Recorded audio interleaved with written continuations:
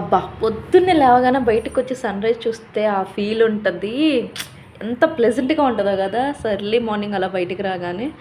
So, బయటకొచ్చి నేనైతే అలా సన్‌రైజ్‌ని ఎంజాయ్ చేస్తూ, బ్రష్ చేస్తూ, ఆ మధ్యలో మనం ఏసే కోతేశాలు మాత్రం మామూలుగుండదు. అలా డాన్స్ చేస్తూ నేనొక్కదాన్నే ఎంజాయ్ చేస్తూ, బ్రష్ చేస్తూ ఉన్నాను. అది కూడా పొద్దున్నేనే లెగవాలి 6-7 మధ్యలో. 9:00కో, 10:00కో లేస్తే ఈ సమ్మర్‌కైతే మాడిపోయిన మసాలా దోస అయిపోతాం. సో, నేనలా బ్రష్ చేసి మా రూమ్‌మేట్ అలా బయటికెళ్తున్నాం టిఫిన్ కోసమని. సో, టిఫిన్‌కేమో అదేమో ఎప్పుడు పేషెంట్‌లాగా ఇడ్లీ తీసుకునిద్ది. నేనేమో ఆబ్వియస్‌లీ దోస తీసుకుంటాను.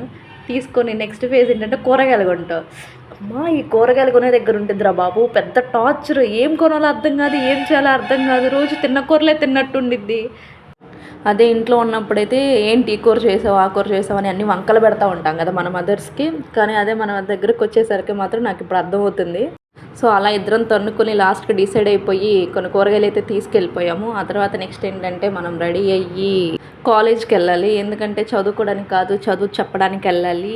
సో, నేనెళ్ళి స్టూడెంట్స్ పక్కన నుంచుంటే నేను స్టూడెంటో అర్థం కాదు, వాళ్ళు స్టూడెంట్సో అర్థం కాదు. అలా ఉంటది. ఒక్కొక్కళ్ళు ఒక్కొక్క మెంటాలిటీతో ఉంటారు. వాళ్ళందరిని డీల్ చేయడం అనేది ఒక పెద్ద టాస్కే. సో, రోజు మన లైఫ్ ఇలా ఉంటది మరి.